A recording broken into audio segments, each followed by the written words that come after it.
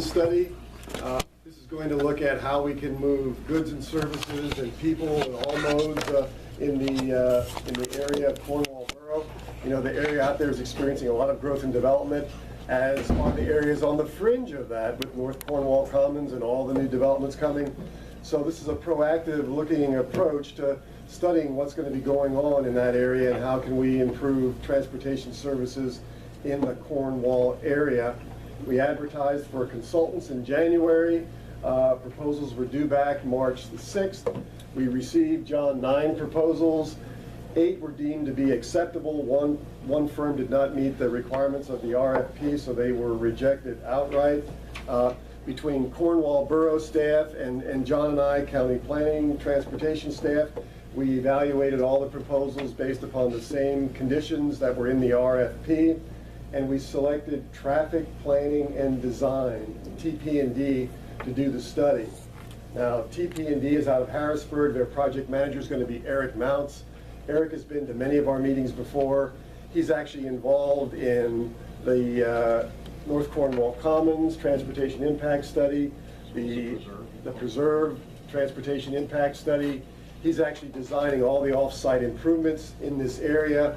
So their firm had a real advantage in knowing the area, having all the traffic data analysis, and they had significant savings in their proposal once we opened their price proposal, which is a benefit to us in the study.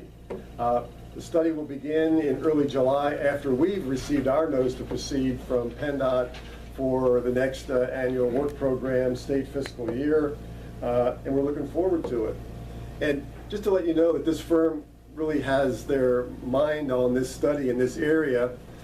They're not going to be under contract until July 1, but they already went out on their own dime and did the traffic counts.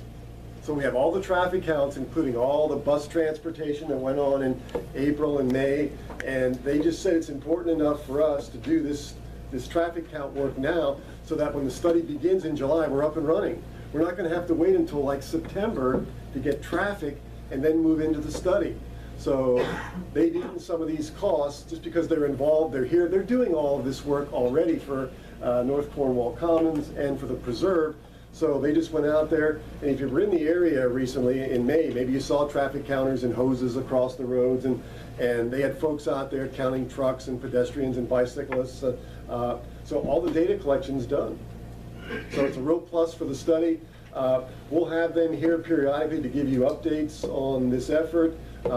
But ultimately, one of the options is at that multi-location intersection, a roundabout's going to be considered.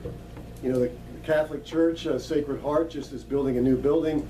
They tore down their old church. They're willing to work with us as a partner, maybe on some right-of-way to make that area work better through a traditional intersection or potentially a roundabout. It would be a great location, in my opinion, for roundabouts. Many of you don't like roundabouts, I understand that, but for an historic community, roundabouts have been around for a long, long time, and the sensitivity in that area out there, I just don't think anything you ever would want to do is put up huge, massive poles and mast arms and change the character of that area. It's very special. It's very, very special. So this study is going to look at a whole bunch of things, and we'll have some updates for you probably in the early fall.